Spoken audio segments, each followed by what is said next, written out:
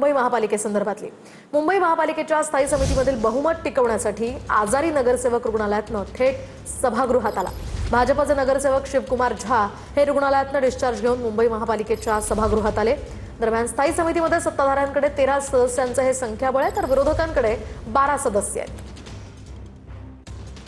मुंबई महापालिकेच्या स्थायी समितीतील बहुमत टिकवण्यासाठी सत्ताधारी पक्षाला आजारी नगरसेवकाला थेट रुग्णालयातनं बैठकीत आणण्याची वेळ आल्याची घटना समोर आली आहे। जुलै महिन्याच्या शेवटच्या आठवड्यात झालेल्या स्थायी समितीच्या बैठकीत महत्त्वाचे प्रस्ताव मंजूर करण्यासाठी भाजपचे नगरसेवक शिवकुमार झा यांना रुग्णालयातनं डिस्चार्ज घेऊन थेट सभागृहात आणण्यात आलं।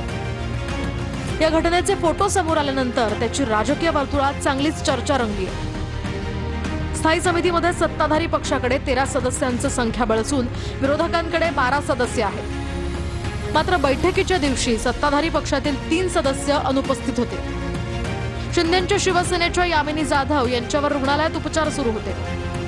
भाजपच्या राखी जाधव या रजेवर होत्या, तर भाजपचे नगरसेवक शिवकुमार झा हेही रुग्णालयात दाखल होते।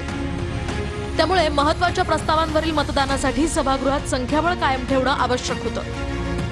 त्यामुळे नगरसेवक शिवकुमार झा यांना रुग्णालयातनं डिस्चार्ज घेऊन बैठकीसाठी बोलावण्यात आलं। प्रकृती अस्वस्थ असूनही ते अंगावर भागलपुरी शाल आणि कानांवर रुमाल बांधून बैठकीला उपस्थित राहिले। बैठकीदरम्यान त्यांना थंडीचा त्रास होत असल्याचंही दिसून आलं। शिवकुमार झा यांनी जीएसटीशी संबंधित काही महत्त्वाच्या प्रस्तावांवरील मतदानात सहभाग घेतला। बैठक संपण्याच्या काही मिनिटांपूर्वी त्यांना परत जाण्याची परवानगीही देण्यात आली।